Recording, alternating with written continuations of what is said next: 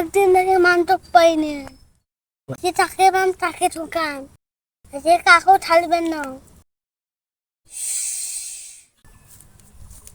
বাপরে, জঙ্গল বাড়ি দিয়ে তো যাবাইছম। রাসেল ভাইপে সাপ বেরিয়েছে, কোটে বান থাকে, মুখ যদি ঠোকায় আল্লাহ মুই তো শেষ। আর দেখি শুনি যান।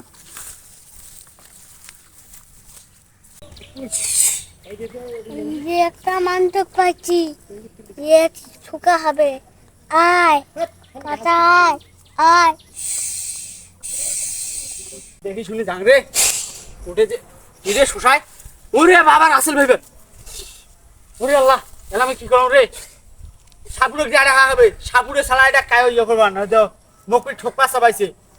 ওরে বাপ, এই রাসেল ভাইপার কিন্তু মানুষক দেখলে খাই ঠোকপা চাই।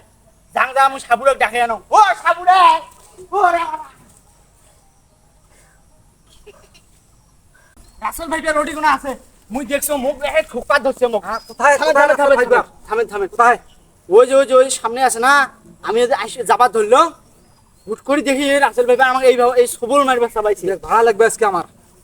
ওকে ধরার জন্য আমি অনেক দূর থেকে দূর দূরান্ত খুঁজতেছি ওকে। তোমরা যাও, মুইয়া যাবার নং। বাংলাদেশে যাচ্ছে, মুইয়া যাবার নং, তোমরা যাও। আমি সামনে। ঠিক আছে, আমি যাই। সাবধানে যান, সাবধানে। মুখ কিন্তু ঠোকপা ধরছে। কোথায় গেল রাসেল ভাইপার সাপ? আমার হাত থেকে কোনো সাপও বাঁচতে পারেনি। বড় বড় কাল নাগিনী নাগ নাগিনীকে আমি ধরেছি, আজকে রাসেল ভাইপারকে ধরবো।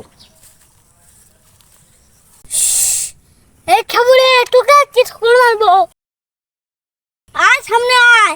এই রাসেল ভাইপার, এখন আমার বিনের বাসি তুই সামলা, দেখি তোর কত বড় বিন।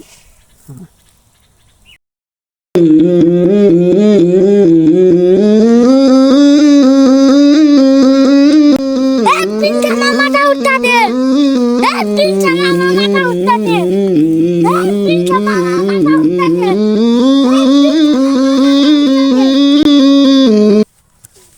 এই তুই যতক্ষণ কাহেল হইস নাই, অতক্ষণ আমার বিনের বাস চলতে থাকবে।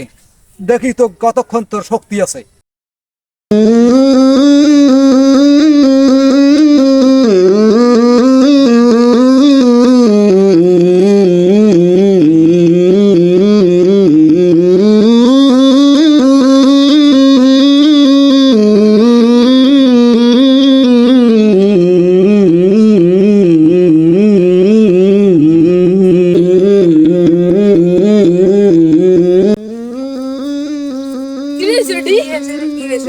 ও যে রাসেল ভাইপার সাপ মুখ ঠোকপা ধরছে, ও যে সাপুরে দেখো, ওই দেখো রাসেল ভাইপার ঘুরবেছে। ওই যে দেখ রে দেখ, ওই আগান না খাও, ওরে ধরুক রাসেল ভাইপার ধরুক।